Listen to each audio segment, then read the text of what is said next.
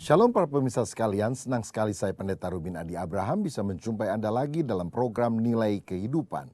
Hari ini saya akan membahas tentang postmodernisme, tantangan dan peluangnya. Nah, ada beberapa ahli yang membagi era kebudayaan manusia itu di dalam 3 bagian. Yang pertama disebut sebagai era pre-modern, yang kedua era modern, dan yang ketiga era postmodern.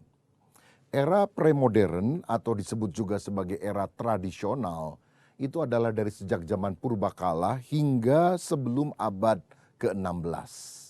Sedangkan era kedua modern dari abad 16 sampai abad 20. Sedangkan era ketiga yaitu era postmodern itu pada akhir abad 20 sampai masa kini. Nah, ada beberapa ciri daripada masing-masing era. Di era premodern, lahir filsuf-filsuf yang hebat dan pemimpin-pemimpin agama besar. Misalnya kita mengenal nama Sokrates, Plato, Buddha, Yesus Kristus, Muhammad, dan sebagainya. Nah, pada masa ini kebijakan tradisional dan keyakinan-keyakinan religius yang diajarkan oleh para pemimpin besar itu diterima tanpa kritik, dianggap sebagai sesuatu yang sangat absolut, benar, dan tidak perlu dipertanyakan, hanya patut untuk ditaati. Yang kedua, pada era modern, ini berkaitan dengan era pencerahan atau Renaissance, Enlightenment, Aufklärung yang khususnya terjadi di Eropa. Pada masa yang diawali kira-kira di abad 17 itu, mulai muncul koreksi terhadap kepercayaan tradisional yang selama ini tidak bisa digugat. Nah, pada masa modern ini juga mulai dilakukan pemisahan antara agama dan negara, agama dan pemerintah. Salah satu tokoh yang ternama di dalam era ini dengan pendapatnya adalah René Descartes. Descartes pernah berkata, "Cogito ergo sum." Aku berpikir, maka aku ada. Nah, pada masa ini pandangan ilmiah mendominasi. Rasio diagungkan. Pokoknya sesuatu yang dianggap tidak masuk akal ditolak dan tidak diyakini sebagai sebuah kebenaran. Muncul bermacam-macam ilmu, salah satunya teori evolusi yang diajarkan oleh Charles Darwin bahwa manusia berasal dari kera misalnya. Nah, pada era modern ini muncul juga berbagai kritik terhadap teks-teks Alkitab.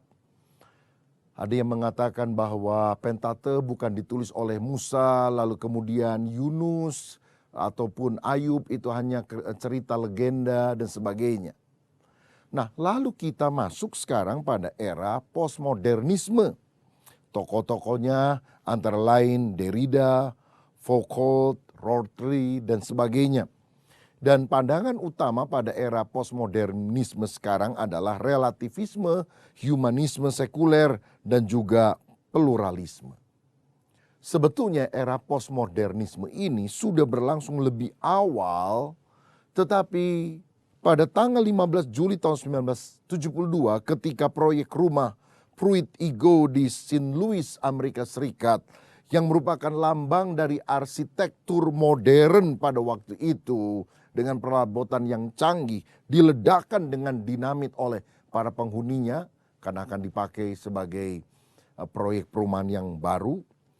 Peristiwa ini dianggap oleh sebagian orang sebagai menandai matinya era modernisme dan lahirnya era postmodernisme. Ada perubahan bentuk dalam berbagai bidang, dalam musik, di dalam seni, dan juga di dalam pemikiran-pemikiran manusia pada era tersebut.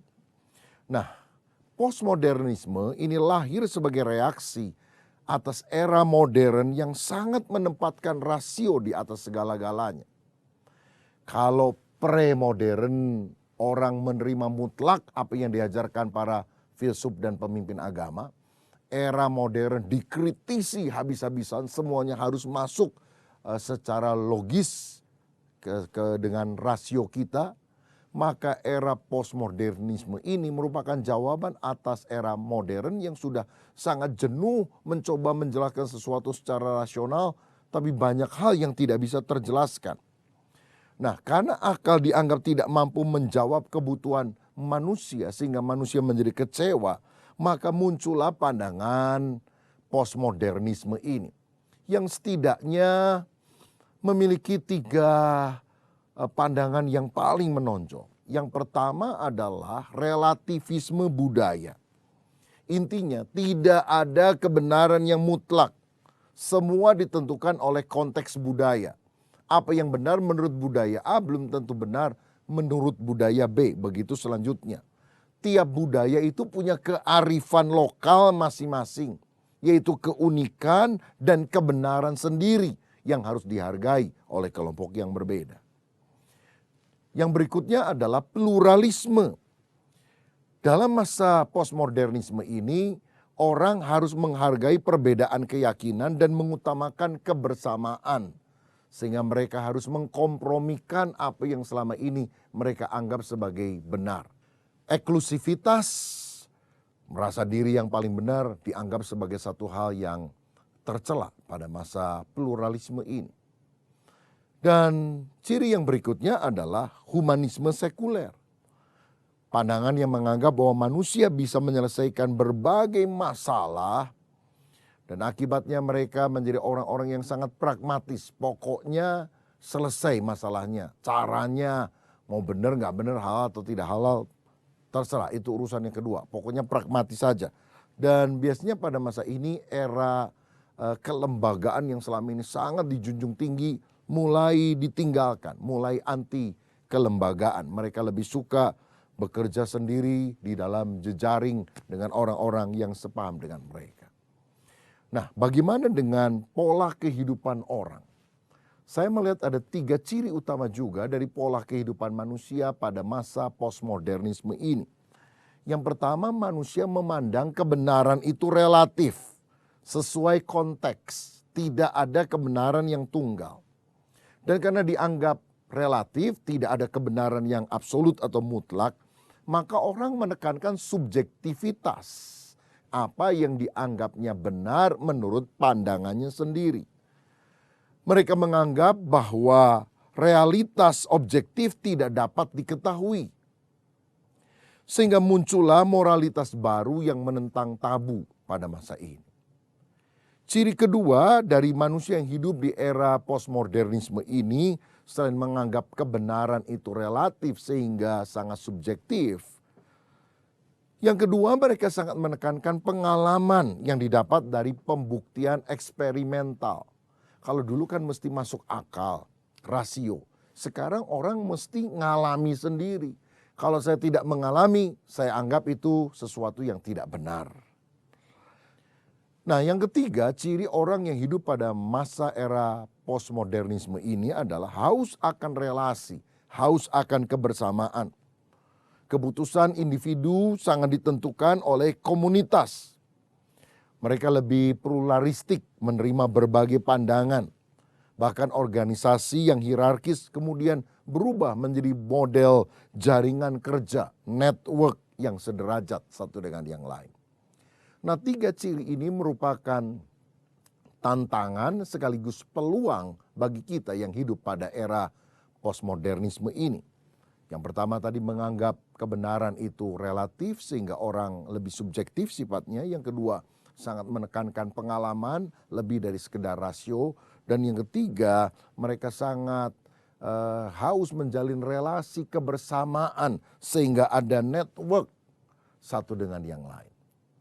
Nah, pemirsa sekalian, melihat ciri hidup manusia yang hidup pada era ini, maka kita harus melayani mereka sesuai dengan konteks yang ada, namun dengan Alkitab, kebenaran firman yang tidak berubah.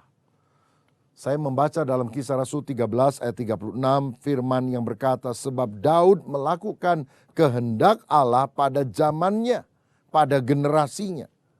Jadi Allah bekerja setiap waktu, setiap zaman. Dan di dalam karya Allah yang luar biasa itu, dia juga ternyata memperhatikan generational context, konteks generasi pada waktu itu.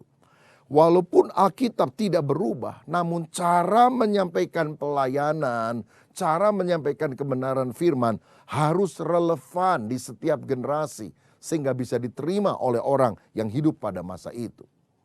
Contohnya komunikasi kebenaran pada era premodern itu melalui tradisi lisan. Orang mengajari anaknya untuk hidup takut akan Tuhan dengan ngomong secara langsung.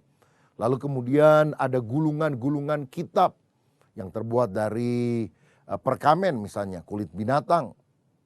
Tetapi pada era modern ketika ditemukan mesin cetak oleh Gutenberg, maka Alkitab adalah buku yang pertama kali dicetak dan disebarkan ke seluruh dunia. Sehingga kalau dulu orang membaca firman Tuhan dalam gulungan perkamen, sekarang tidak perlu lagi. Mereka membaca di dalam kertas. Kalau dulu gulungan perkamen sangat besar, sekarang dengan buku jauh lebih kecil formatnya. Tapi di era postmodernisme, Alkitab buku, Alkitab cetak berganti lagi menjadi digital. Orang baca melalui internet, orang baca melalui laptop, melalui tab, melalui handphonenya. Dan kita juga melihat hal ini sebagai sebuah perubahan metode. Walaupun teologi Alkitabiahnya tidak boleh berubah, tetapi cara penyampaiannya, bentuknya harus disesuaikan dengan perkembangan zaman. Nah, sekarang kita akan meneliti bagaimana 3 ciri utama manusia yang hidup pada era postmodernisme yang tadi saya sebutkan, itu harus merupakan tantangan tapi sekaligus juga peluang pelayanan yang terbuka untuk menjangkau mereka. Nah, saya akan dalami lebih jauh dalam konteks bagaimana melayani generasi ini. Yang pertama, perubahan dari era modern ke postmodern adalah dari absolut ke relatif. Bila mana pada masa modern yang lalu orang sangat mengagungkan kepastian atau objektivitas secara absolut, maka pada masa postmodernisme ini tidak ada kebenaran absolut, yang ada hanyalah kebenaran yang relatif. Semua yang dianggap benar pada masa itu belum tentu dianggap benar pada masa ini. Tergantung pada subjeknya, bukan pada objeknya.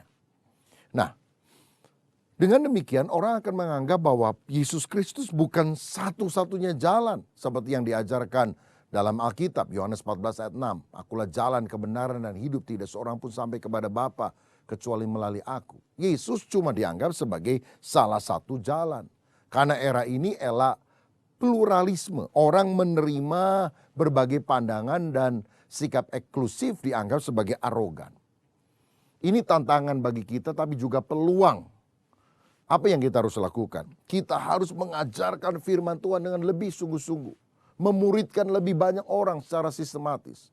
Bertemu dengan orang dan mementori mereka dan bukan hanya berkhotbah dari mimbar. Supaya mereka benar-benar bisa menjadikan Alkitab sebagai standar kebenaran. Sehingga mereka bisa berkata, apapun boleh berubah, tapi aku percaya bahwa kebenaran firman tidak mungkin berubah. Nah, di dalam hal ini kita harus memperkuat dasar-dasar kekristenan, keimanan. Itu pandangan soal keselamatan. Juga pandangan soal LGBT misalnya. Pada masa kini ada banyak orang berkata, manusia itu laki dan perempuan, seperti kata Alkitab, itu kan sekarang relatif. Jadi sekarang bisa ada waria, wanita pria. Sehingga LGBT menjadi marak. Nah, bisakah kita terus mengajarkan kebenaran firman bahwa Tuhan menciptakan Adam dan Hawa, laki dan perempuan. Tidak ada waria, wanita pria. Nah, kalaupun ada kecenderungan-kecenderungan semacam itu pada orang masa kini, kita harus melayani mereka dengan kasih, menjangkau mereka, agar mereka lepas dari keterikatan itu dan mereka menjadi manusia yang sungguh-sungguh hidup sesuai dengan kehendak Tuhan. Yang kita harus hindarkan adalah sinkretisme, mencampur adukan semua kebenaran agama karena dianggap semuanya benar, semuanya baik. Tapi kita harus percaya bahwa kebenaran firman tetap absolut, walaupun cara penyajiannya harus relevan. Yang kedua, saudara, ada pergeseran dari rasio atau akal ke pengalaman atau emosi. Kalau pada zaman pre-modern, tokoh yang sangat digandrungi misalnya Hercules yang ototnya besar. pada zaman modern orang menekankan masalah otak. Albert Einstein misalnya dianggap tokoh yang sangat hebat. Tapi di zaman postmodernisme ini bukan otot, bukan otak, tapi emosi. Orang yang bisa membangkitkan kegairahan di dalam hati. Misalnya bintang film Hollywood, musisi yang terkenal. Itulah yang membuat orang menjadi senang dengan apa yang mereka lakukan. Karena melibatkan rasa, pengalaman, emosi. Jika pada masa modern orang harus melakukan argumentasi intelektual untuk meyakinkan orang lain, dan khotbah pun dilakukan dengan khotbah-khotbah yang sangat rasional, kini dalam era postmodernisme orang sangat menekankan pengalaman yang memberikan rasa.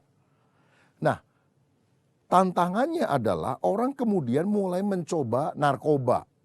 Karena mereka mulai merasa sensasi-sensasi yang luar biasa. Atau free sex karena menjanjikan pengalaman yang baru. Kemudian juga hal-hal yang sifatnya mistik. Orang mulai terikat oleh okultisme. Mereka ingin mengetahui sesuatu misteri tentang dunia kegelapan. Dan ini tentu akan membelenggu manusia karena setan akan menggunakan kesempatan ini untuk mencengkram banyak orang. Nah, tetapi ini juga bisa menjadi sebuah peluang pelayanan bagi kita. Karena orang bukan hanya menekankan IQ tetapi EQ. Not only head but heart. Nah, karena orang rindu akan pengalaman, termasuk pengalaman secara rohania. Kita harus mempertemukan orang dengan pribadi Tuhan Yesus sendiri. Sehingga pelayanan firman Tuhan dan sebagainya bukan hanya secara informasi yang diberikan kepada mereka. Tapi harus mengimpartasikan kuasa Roh Kudus supaya mereka sungguh dilawat oleh Tuhan. Akibatnya orang akan mengalami encounter, perjumpaan dengan Tuhan. Bukan hanya entertainment. Orang bisa berubah itu kalau mengalami love encounter, perjumpaan dengan kasih Tuhan. Yang kedua adalah power encounter, perjumpaan dengan kuasa Tuhan. Dan yang ketiga adalah truth encounter, perjumpaan dengan kebenaran yang Tuhan sampaikan melalui firman Tuhan. Nah, ketika orang mengalami sesuatu dengan Tuhan, mereka sungguh-sungguh akan membuka hati. Karenanya pada masa kini, pujian, penyembahan, doa, itu sesuatu yang sangat penting sekali. Sebab orang bukan hanya tahu kebenaran secara nalar, tapi mereka bisa mengalami hadirat Tuhan. Mereka bisa dilawat Tuhan. Mereka bisa nangis dijamah oleh kuasa Tuhan. Dan mereka kemudian berkata, saya tahu Tuhan ada. Karena saya bukan hanya baca, tahu dari Alkitab. Tapi saya ngalami waktu saya doa saya dikabulkan. Ada pesan-pesan Tuhan yang spesifik yang disampaikan. Dan saya dijamah oleh kuasa Tuhan. Dipenuhkan dengan Roh Kudus. Dan ini pengalaman spiritual yang harus dialami. Supaya orang sungguh-sungguh tidak terhanyut oleh dunia. Tetapi benar-benar mengenal Tuhan secara pribadi. Nah, pergeseran yang ketiga dari era modern ke postmodernisme yang kita harus lihat sebagai tantangan tapi sekaligus peluang adalah perubahan dari individual menjadi individual komunal atau menjadi terhubung satu dengan yang lain, connected satu dengan yang lain. Pada era modern orang sangat individualis, tetapi pada masa kini postmodern partisipasi pribadi dalam komunitas sangat diharapkan. Karena itulah misalnya smartphone banyak digunakan orang sekarang ini terutama untuk chatting, berhubungan dengan orang lain. Ya, ada sesuatu yang sifatnya personal, ada akun pribadi yang tidak bisa diakses orang lain, tapi connected dengan orang lain sehingga kita menjadi individual komunal. Kalau orang melakukan perjalanan liburan, dia suka upload di Facebook, dia suka upload di Instagram, dan dia suka di like begitu, suka dikomentari oleh orang. Nah, ketertarikan orang untuk bisa bergabung di dalam komunitas ini merupakan sebuah peluang. Peluang menciptakan sebuah komunitas orang-orang percaya, jemaat Tuhan yang akrab satu dengan yang lain. Sehingga mereka punya home, punya family secara rohani. Karena itu kita perlu meningkatkan komunitas-komunitas sel, sebab kalau dalam gereja yang jumlahnya sudah ratusan atau ribuan, kan sulit orang bisa dekat satu dengan yang lain. Tapi bila ada komunitas sel ya kira-kira 10 orang yang selalu tergabung satu dengan yang lain. Mereka merasa kuat karena mereka merupakan bagian satu dengan yang lain yang bisa saling melayani. Jadi tantangan apapun yang kita alami pada masa ini, selalu ada solusi yang Alkitab ajarkan kepada mereka untuk kita bisa menjangkau orang lain. Pada masa orang merasa semuanya relatif, kita tetap harus mengajarkan firman Tuhan yang absolut itu. Pada waktu orang merasa bukan hanya rasio tetapi pengalaman yang mereka butuhkan, kita harus mendorong mereka mengalami perjumpaan pribadi dengan kuasa Tuhan.